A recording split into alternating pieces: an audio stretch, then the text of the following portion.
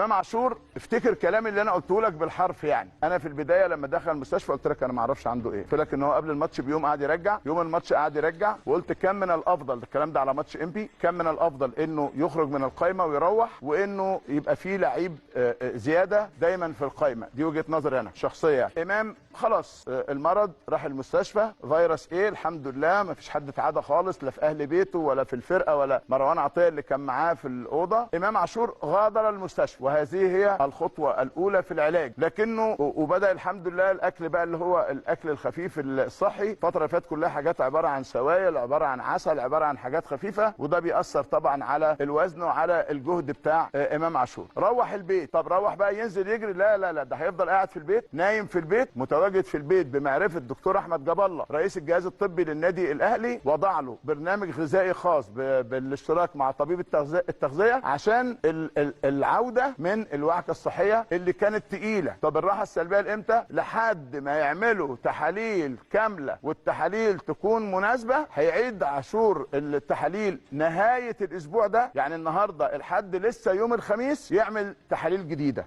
يعني عاشور مش موجود الماتشين الجايين، وانت احسب من ساعه ما دخل المستشفى لحد ما هيرجع الملعب هيبقى فيها وقت شويه يعني.